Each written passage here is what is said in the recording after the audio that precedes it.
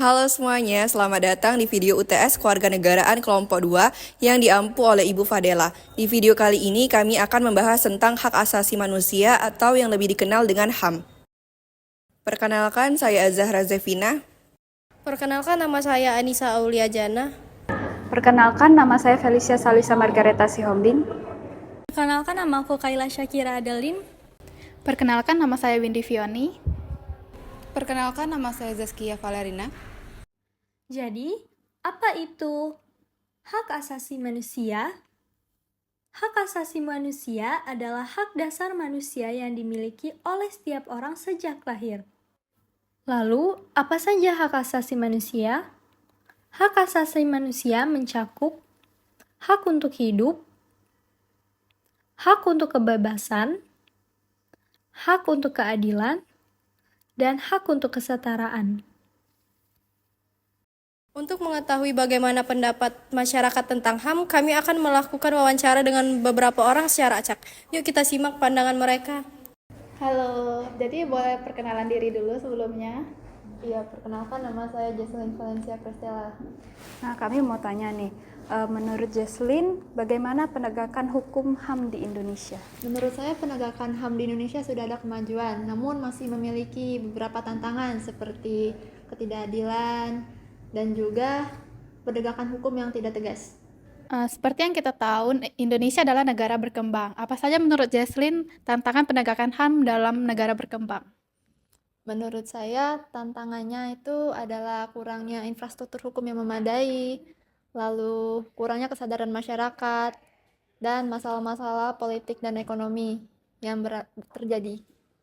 Nah, menurut Jesslyn, apa yang akan terjadi jika di Indonesia tidak ditegakkan HAM? Menurut saya akan terjadi ketidakadilan, konflik sosial, dan turunnya kepercayaan masyarakat terhadap pemerintah. Oke, makasih Jesslyn udah meluangkan waktu untuk menjawab pertanyaan kami. Oke, sekarang kita sedang bersama narasumber kita yang selanjutnya. Boleh perkenalkan diri? Halo semua, nama saya Safira Ramadhani Afsari dari jurusan Manajemen. Oke, menurut Kak Safira, bagaimana penegakan HAM di Indonesia? Menurut saya penegakan HAM di Indonesia itu belum cukup baik ya, karena seperti yang kita lihat di lingkungan kita sekarang, banyak wakil-wakil rakyat itu yang malah latar belakangnya itu rata-rata dari pelanggaran HAM gitu. Jadi maksud saya semoga untuk ke depan, untuk pemerintah, diharapkan lebih diperketat lagi sanksi untuk pelanggaran HAM. Karena banyak kasus-kasus tabrak lari, kasus-kasus pemerkosaan yang sekarang tuh pelakunya tuh malah menjadi wakil rakyat kita gitu lah. Ya emang kita mau dipimpin sama orang yang dari pelanggaran HAM gitu. Jadi menurut saya belum cukup baik dan semoga segera dengan munculnya presiden yang baru ini semoga segera diterapkan hukuman sanksi yang tegas. Seperti yang kita tahu, Indonesia adalah negara berkembang. Apa saja menurut Kak Syafira tantangan penegakan HAM dalam negara berkembang?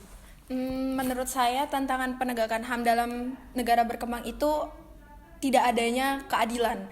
Jadi kan banyak kasus-kasus kita sekarang itu, misal nih kita sebagai hakim, terus kita lagi mengadili kasus pemerkosaan dan nauzubillah min dzalik anak kita itu jadi pelaku.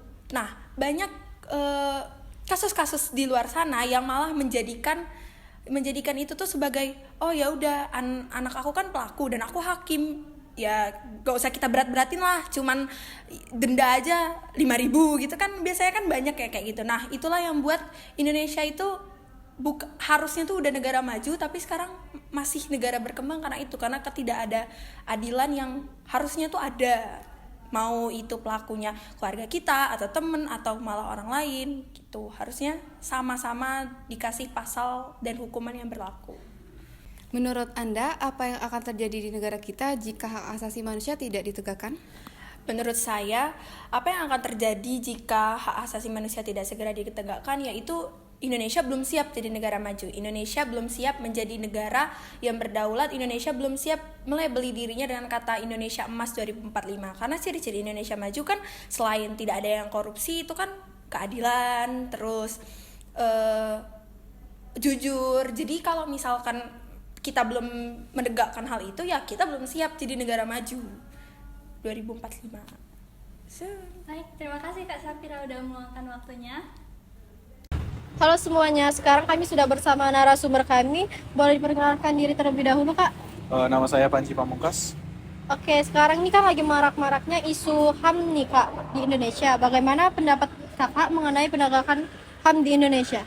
Menurut saya perkembangan HAM di Indonesia itu masih menjadi isu yang kompleks dan terus berkembang.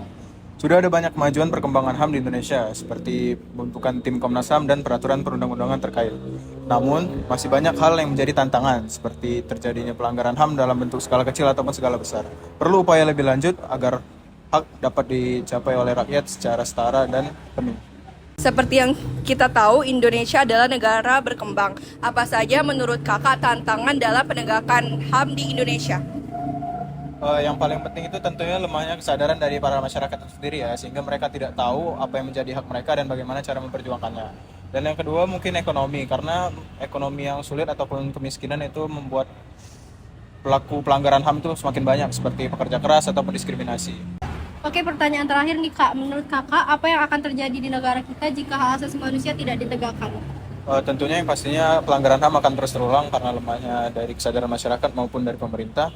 Kemudian tentunya dari perulangan pelanggaran HAM itu, citra Indonesia akan menjadi buruk di mata internasional. Kemudian pasti akan terjadi kemunduran ataupun ketidakstabilan karena pelaku pelanggaran yang akan terus berulang itu akan memicu banyak konflik maupun konflik sosial, kekerasan, dan lain-lain. Oke, terima kasih, Kak, atas partisipasinya. Dengan wawancara yang telah kita lakukan dan dari pendapat yang telah kita dengar bahwa pemahaman HAM itu sangat penting bagi setiap individu agar dapat dihormati dan mendapat keadilan. Dan dengan video ini kami berharap bahwa video ini dapat menginspirasi dan membuka pikiran setiap individu mengenai penegakan HAM di Indonesia. Dan terima kasih telah menonton video ini dan ingatlah setiap suara Anda sangat berarti untuk penegakan HAM.